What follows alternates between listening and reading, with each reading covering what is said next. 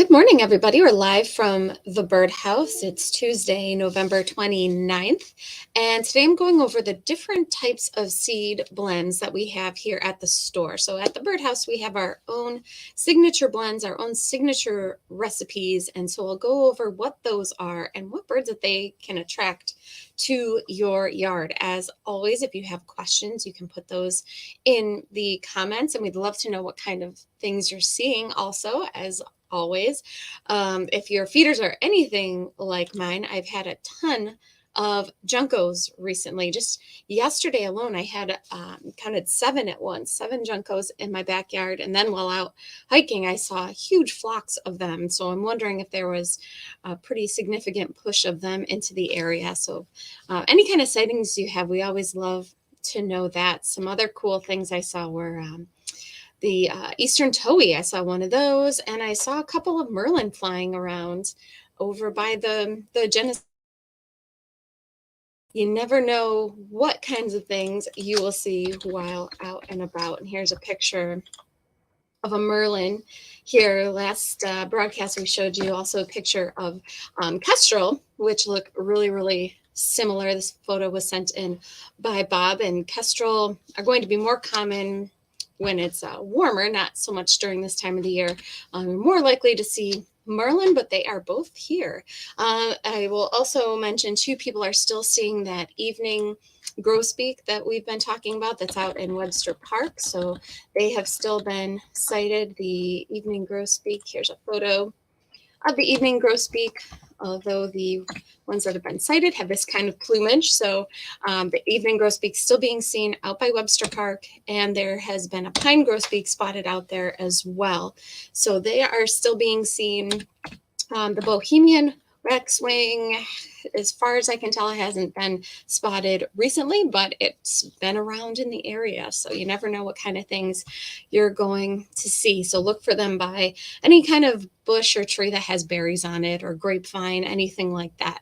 That's going to be your best bet in seeing the Bohemian waxwing. But getting back to the different types of seed blends we have here at the store and what they can attract, we'll get started with that. And if there's anything that you recommend, we'd love to know what kind of things work best in your yard as well. So you can put those in the comments. I'll start with our bestseller. So our bestseller is our chickadee blend. And I know a lot of you guys probably feed this in your backyard.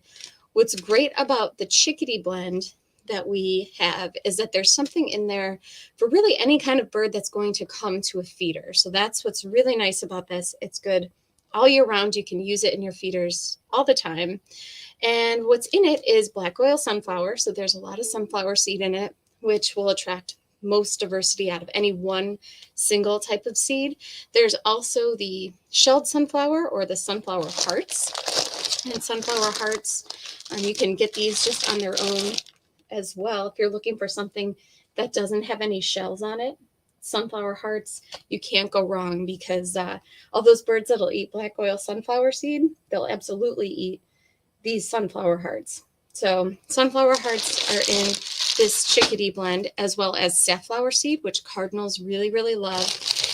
Striped sunflower, but also peanuts. So there's the peanut, what are called peanut pickouts in here, and those are really popular with chickadees and with titmice and nuthatches and woodpeckers. So just like the sunflower hearts that don't have any shells on them, neither do these peanut pickouts. So you might have a feeder that just offers peanut pickouts too, and those are fantastic for the chickadees and titmice, nuthatches. So if you're looking to add a little bit of something extra to your bird feeding experience, I always recommend doing a feeder for these guys, for the peanut pickouts, because it does attract more of a diversity of birds. Blue jays also like the peanut pickouts, but their absolute favorite are going to be these peanuts in the shell, which you've probably experienced if you've ever fed the blue jays in your yard.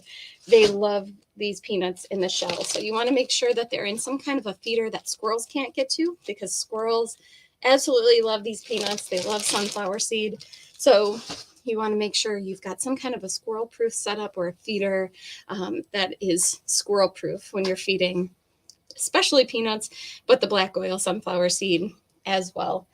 And if you're looking for something that doesn't have shells, so I was showing you the sunflower hearts and those peanut pickouts, how they don't have any shells on them. We also have a blend, a couple blends actually, I can show you that are totally shellless. So you don't have to worry about there being a whole mess underneath your feeders. This is called Neat Treat. And Neat Treat is a mix of sunflower hearts, peanut hearts, and cracked corn. So none of it goes to waste. Even if any of it does fall on the ground, the birds will scoop it right up, squirrels will scoop it right up. So people like this one because nothing goes to waste. So that is the Neat Treat. And the pieces are small, so they are ground up. So it's really good for the smaller birds. So I was showing you pictures of juncos, for example. Juncos will feed underneath the feeders. It's this little guy here. And having a blend like the Neat Treat is great because they'll eat those small seeds, either the sunflower hearts or the millet or the sunflower seeds. So they really like that kind of thing. So Neat Treat is great for the juncos. Now, if you're looking for something that is shellless, but it's kind of a more of a rich blend, I guess you could say, woodpecker blend. And this I actually put in all my feeders because, again, there's no shells on it, but it's got those big pieces that the nuthatches love and the chickadees and the titmice. It's got peanut pickouts in it and a lot of the sunflower hearts. So, and there's also little, what are called suet nuggets. They're like little round balls of suet in here, which the woodpeckers love. I get a red-bellied woodpecker all the time coming to this blend. There's also some fruit in there, some pumpkin seeds, so it almost looks like a trail mix. It's a really, really good blend for the backyard. It's definitely expensive, but I like it doesn't have shells on it, and that's one thing I didn't want the dogs in my yard to be going and eating the shells underneath the feeder. I had an issue with that, so I moved to mostly all shellless blends and safflower seeds. So we've talked about safflower a lot in the past. This isn't a blend, but just a singular type of seed. And people really like the safflower because the blackbirds don't eat it. So in the spring, especially if you've got a lot of grackles coming into your yard, or even right now, if you have starlings, they don't like this safflower seed, but cardinals love it. House finches love it. Purple finches. This would be the kind of seed you could get those evening grosbeaks with. So the safflower seed is super popular. It's popular in window feeders as well because squirrels don't really like it. It apparently has a more of a bitter type of taste. And for some reason, squirrels just don't like it so much. So if you've got a feeder that you can't really squirrel proof, the safflower is the way to go. And not only do we have it in the loose seed that you can put in a bird feeder, we also have it in these log forms too. If you've got one of the seed log feeders, you can put safflower in it to keep the squirrels at bay. Our best seller as far as keeping squirrels at bay, though, is going to be anything with the hot pepper in it. So this one, for example, is called Flaming Hot Feast. And the picture's pretty entertaining there. It's a squirrel or a chipmunk with smoke coming out of its ears. The idea with the Flaming Hot Feast or any kind of seed that's mixed with hot sauce or hot pepper is that the squirrels can taste that hot pepper, but the birds can't. They just don't have as many taste buds. So you can get a huge diversity of birds with this, but you don't have to worry about the squirrels bothering it. So this is by far our best seller as far as keeping squirrels out. So we've got the Flaming Hot Feast both in these cylinders. We have it in suet cake styles too, if you want to put it in your suet feeder. We also have loose seed as well. This is called Sizzle and Heat. Same idea. So it is treated with a hot sauce. The birds will eat it, but the squirrels will leave it alone. So if you've got squirrel issues, this stuff can really help. And most people, once they switch to this, they don't switch back. So if you can't squirrel proof your feeder, I would go with either safflower, and we do have the safflower even in these little cakes now too, like the suet sized cakes. I would do either safflower or do some kind of a hot sauce, hot seed. And we do have suet as well that has the hot sauce mixed into it, which a lot of you guys use. This is their hot pepper suet, and you can tell it's kind of bright red there. It's got the hot sauce in it. So again, birds will eat it just fine. The woodpeckers love it, but the squirrels will leave it alone. So I was mentioning juncos and how they eat small seeds off the ground. They've been really, really prominent in my yard, as well as the kind of usual cast of characters, the sparrows and the starlings. But the juncos will eat small seeds. Like in our deluxe blend, we have what's called millet. So sometimes we say, hey, millet is kind of hit or miss with birds.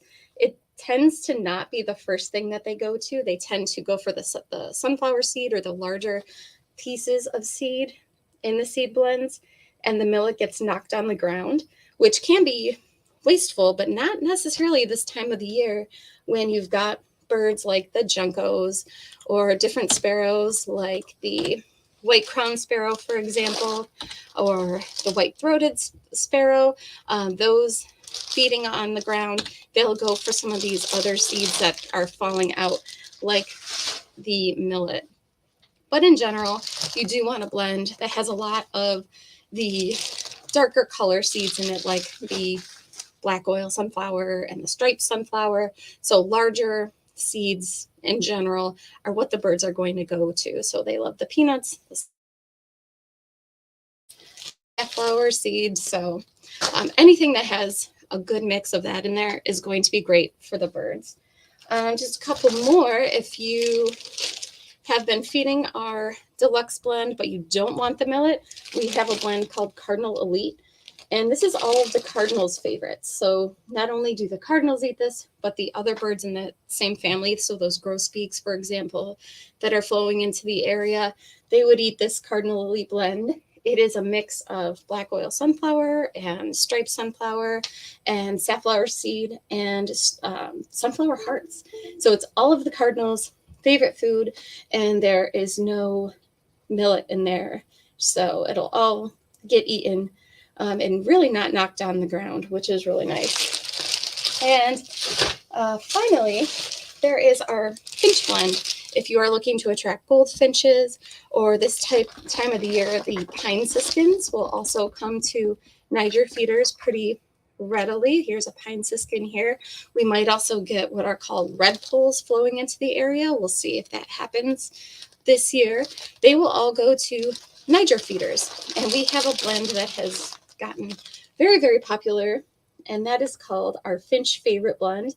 I switched to this a few years ago, and it has made a huge impact. I've been getting all kinds of different birds coming to it. Normally, I would just get sparrows and goldfinches coming to my Niger feeder, but with this finch blend, I get red-breasted nuthatches, I get chickadees, sometimes I get a downy woodpecker. So it's really increased the diversity of birds that I've gotten at my feeders, which is really nice. So some people don't feed Niger seed in the wintertime. They just do it when the goldfinches are bright gold.